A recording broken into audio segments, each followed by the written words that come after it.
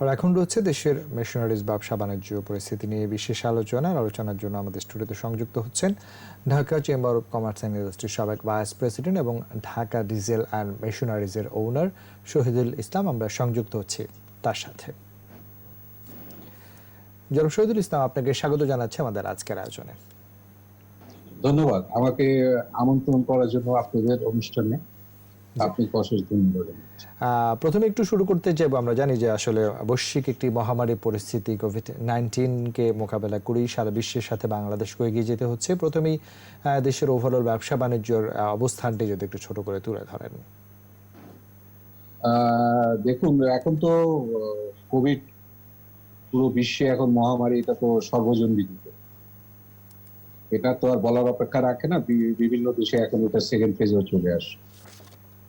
আমরাও বোধহয় এখন ফার্স্ট ফেজ শেষ হতে না হতে আমরাও বোধহয় সেকেন্ড ফেজে চলে যাচ্ছি। আর ব্যবসা বাণিজ্যের কথা যেটা বলছেন সেটা তো বলা বাহুল্য। এখন লিমিটেড কিছু সেক্টর ছাড়া বাকি সব সেক্টরে তো বোধহয় আমার নিজের অভিজ্ঞতার আলোকে যেটা বলছি আর কি, এবং বয়সের তুলনায় যেটা বলছি সেটা হলো এখন তো বোধহয় আপনার 50 থেকে 60% ব্যবসা বাণিজ্য কমে গেছে। তাও তো আমাদের মাননীয় প্রধানমন্ত্রী বর্তমানে যে ডিজিটাল বাংলাদেশ করাতে আমরা অনেক কিছু ওয়াকিবহাল হতে পারছি, মানুষের মধ্যে কিছুটা অনেকখানি সচেতনতা অ্যাওয়ারনেস চলে এসছে। ওনাকে ধন্যবাদ জানিয়েছি।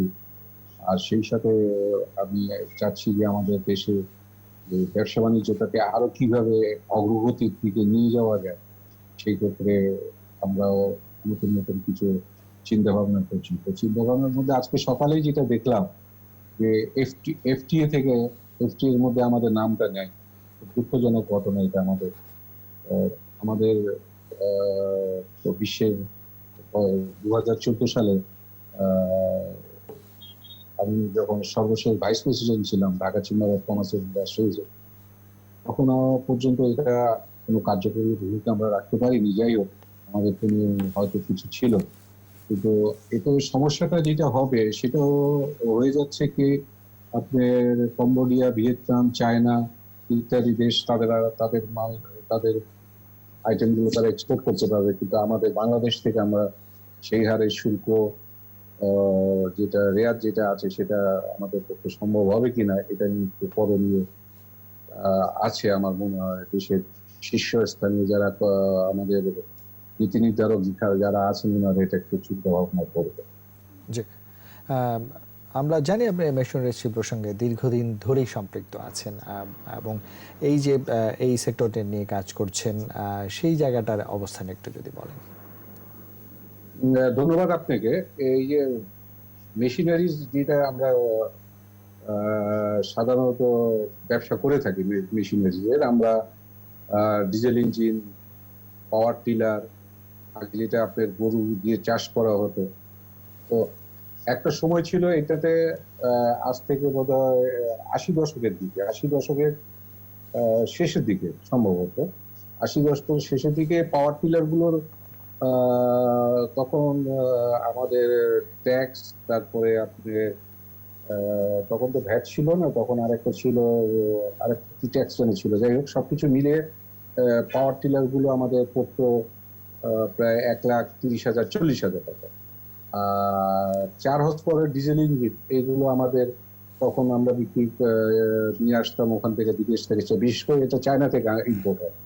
তো তখন আমরা এগুলো ইম্পোর্ট করে দিয়ে আসতাম, আমাদের 4,000 5,000 টাকায় আমরা বিক্রি করতাম আর কি। আমাদের খুব লিমিটেড মার্জিনে এটা বিক্রি করা হতো। তারপরে তৎকালীন সময়ে অনেক দেন দরবার করে সরকারের সাথে এটা থেকে সম্পূর্ণ কর রেয়াত দেওয়া হতো। অনেক অনেক গভর্নমেন্টের সাথে অনেক দেন দরবার করে, বাণিজ্য মন্ত্রণালয়ের সাথে দেন দরবার করে এটা 0% আপনার ডিউটি এবং আদার ট্যাক্সেস দিয়ে আনা হলো। মাঝখানে এটা চলে এসেছিল আপনার, আমরা বিক্রি করতাম তখন আপনার 50,000 থেকে 60,000 টাকা এই রেঞ্জের মধ্যে। আর ছোট ডিজেল ইঞ্জিন গুলো যেগুলো ইরিগেশনের কাজে লাগে সেগুলো আমরা বিক্রি করতাম 5,000 5,500 এরকম টাকায় বিক্রি করতাম। আমাদের প্রফিট অফ মার্জিনটা থাকতো খুব কম, কারণ আমাদেরকে মিনিমাম এক কন্টেনার ইম্পোর্ট করে আনতে হতো, আদারওয়াইজ আমাদের কস্টিংটা অনেক বেশি হয়ে যেত। আর আমাদের এখানে যেটা মেশিনারি জগতে যেটা কাজটা হচ্ছে, এখানে সব জায়গাতেই তো স্মল এবং মিডিয়াম এন্টারপ্রেনার্স থাকে। তো স্মল যারা আছে তারা যখন নিয়ে আসতো, তারা তো আর একটা কন্টেনার পুরো ভরে নিয়ে আসতে পারতো না, তাদের পক্ষে সম্ভব হতো না। আর ব্যাংকের কাছ থেকেও টাকা খুব একটা তখন পাওয়া যেত না। তখন আমার মনে আছে, তখন আমাদেরকে প্রায় আপনার 50% পর্যন্ত এলসি মার্জিন দিতে হতো কোনো কোনো ক্ষেত্রে। তো যারা একটু মাঝারি গোছের আছেন তারা হয়তো সামনে নিতে পারতেন, কিন্তু পরবর্তীতে সেটা তারা একটু বেশি দাম পড়বে। জি। এই হলো। আমরা আবারও আপনার সঙ্গে আলোচনায় ফিরবো, এই বিষয়গুলো নিয়ে অবশ্যই কথা শুনবো, তবে ছোট্ট একটি বিজ্ঞাপন বিরতি নিতে হচ্ছে। প্রিয় দর্শক, নিচ্ছে একটা বিজ্ঞাপন বিরতি, আমাদের সঙ্গেই থাকুন। স্বাগত আবারও 21শে বিজনেসে। দর্শক, বিরতির আগে দেশের মেশিনারি শিল্প ব্যবসা বাণিজ্য নিয়ে কথা বলছিলাম ঢাকা চেম্বার অফ কমার্স ইন্ডাস্ট্রির সাবেক ভাইস প্রেসিডেন্ট এবং ঢাকা ডিজেল অ্যান্ড মেশিনারিজের ওনার শহীদুল ইসলামের সঙ্গে আমরা তার সাথে আবারও সংযুক্ত হচ্ছি। জনাব শহীদুল ইসলাম, আমরা বিরতির আগে এই সেক্টরগুলো নিয়ে আলোচনা করছিলাম এবং আপনি কৃষি যান্ত্রিকীকরণের জায়গাগুলো নিয়ে কথা বলছিলেন, এবং এই যে আমরা জানি যে আমাদের অর্থনীতিতে কৃষি অর্থনীতির একটা বড় অবদান আছে, এবং এই যে কৃষকদের এগিয়ে চলায় আধুনিক কৃষি যান্ত্রিকীকরণগুলো নিয়ে কাজ করছেন, সেটি আরও কিভাবে বাড়িয়ে আসলে কৃষকদের সহযোগিতার হাত বাড়ালে আমাদের এই সেক্টরটির মাধ্যমে অর্থনীতি আরও বেগবান হবে বলে আপনি মনে করেন? ধন্যবাদ আপনাকে। আমি একটু এটার একটু পেছন দিকে একটু যেতে চাচ্ছি, না হলে আপনি এবং দর্শকদের জন্য আর আমাদের কৃষক ভাইরা যারা শুনছেন দেখছেন তাদের সবারই সুবিধা হবে আর কি। আমি কথাটা শেষ করেছিলাম যে আমরা 68 থেকে 70,000 টাকার মধ্যে পাওয়ার টিলার এবং 5,500 টাকার মধ্যে আমরা এটা বিক্রি করতাম। কিন্তু ক্রমান্বয়ে চায়নাতে এই সমস্ত ফিনিশ প্রোডাক্টের দাম বেড়ে যাওয়াতে এবং সেই সাথে আমাদের ডলারের কনভার্সন রেটটাও আমাদের বেড়ে যাওয়াতে এটার দামটা বেড়ে গিয়েছে। আবার ইদানিং সম্প্রতিকালে বেশ কিছুদিন ধরে প্রথমে 5% করা হলো, এটাতে ট্যাক্স বসানো হলো, তারপরে আরো কিছু বাড়লো, বাড়তে বাড়তে এখন আবার সেই সাবেক জায়গাতে চলে এসছে, দ্যাট ইজ 1,30,000 টাকায় আপনার ডিজেল ইঞ্জিন পাওয়ার টিলার ক্রয় বিক্রি করা হচ্ছে এবং আপনার 12,000 টাকায় বিক্রি করা হচ্ছে আপনার ছোট শ্যালো ইঞ্জিন থেকে। তো আমার যেটা বক্তব্য সেটা হলো যে সরকার যদি এই জায়গাটাতে একটু নেক নজর দেন, এতে করে হবে কি আমাদের কৃষকরা তারা লাভবান হবে, অ্যাট দ্য সেম টাইম আমরা কম মূল্যে কৃষকের কাছ থেকে তাদের উৎপাদিত যে সমস্ত পণ্য আছে সেগুলো আমরা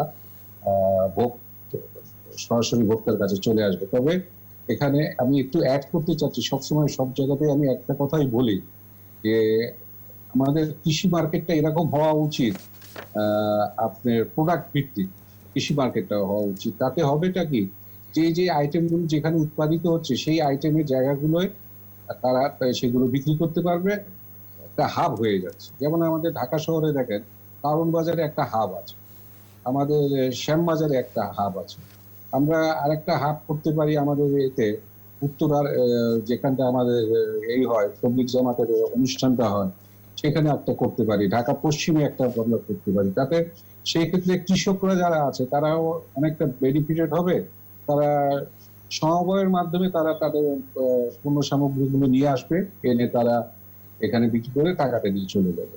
আর আমাদের লাভটা হবে, আমরা একই জিনিস আপনার গিয়ে শ্যামবাজারে যেটা কিনছি সেটা নিউ মার্কেটে এসে দাম বেড়ে যাচ্ছে, আবার কাপ্তান বাজারে একটু মাঝামাঝি দাম, তারপরে আপনি আরো উত্তরে যদি যান গুলশান বনানীতে সেখানে আরেকটা দাম চলে আসছে। এই যে দামের যে বিভ্রান্তি, এটা থেকে আমরা অনেকটা রেহাই পাবো।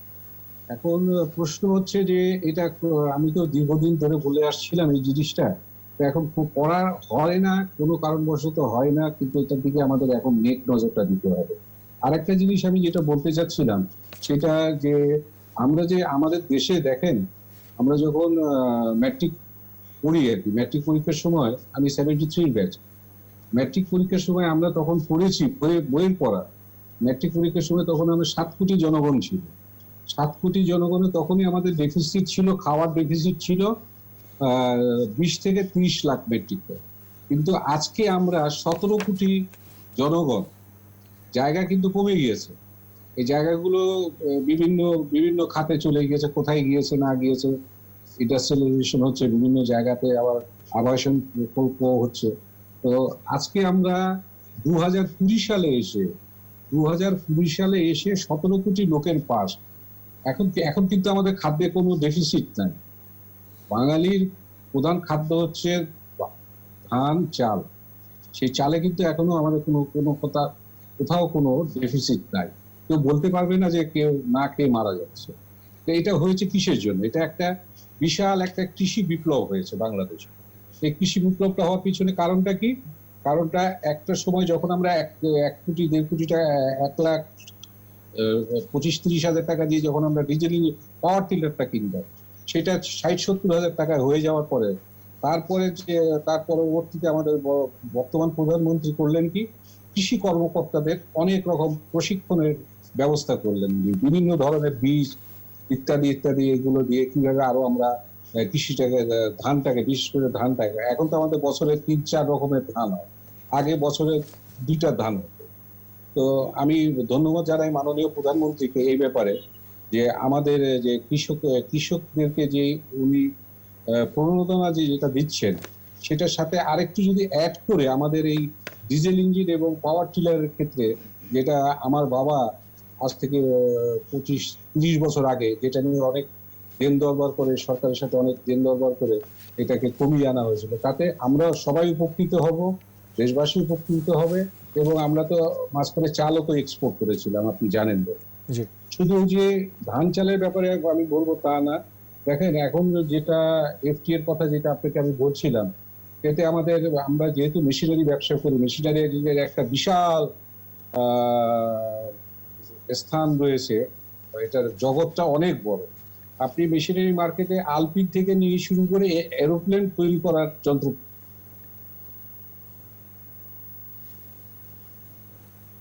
জি জনাব শহীদুল ইসলাম, আমরা শুনছিলাম মেশিনারি শিল্প নিয়ে আপনার বক্তব্যগুলো। আমরা একেবারে শেষ দিকে চলে এসেছি আলোচনার। আমরা আশা করব অবশ্যই এই সেক্টরটির আর অগ্রগতি ঘটবে এবং এই অগ্রগতির মাধ্যমে আমাদের কৃষি অর্থনীতিও এগিয়ে যাবে, সে প্রত্যাশা রাখছি। আপনাকে অনেক ধন্যবাদ আমাদেরকে সময় দেওয়ার জন্য। প্রিয় দর্শক, এতক্ষণ দেশের মেশিনারিজ ব্যবসা বাণিজ্য নানাদিকে করণীয় নিয়ে কথা বলছিলাম Dhaka chamber of commerce and ইন্ডাস্ট্রির সাবেক ভাইস প্রেসিডেন্ট এবং ঢাকা ডিজেল অ্যান্ড মেশিনারিজের ওনার শহীদুল ইসলামের সঙ্গে। এবারে নিচ্ছে আরও একটা বিরতি, বেলা 1:30 আবারও ফিরবে 21শে বিজনেসে। ততক্ষণ আমাদের সঙ্গেই থাকুন।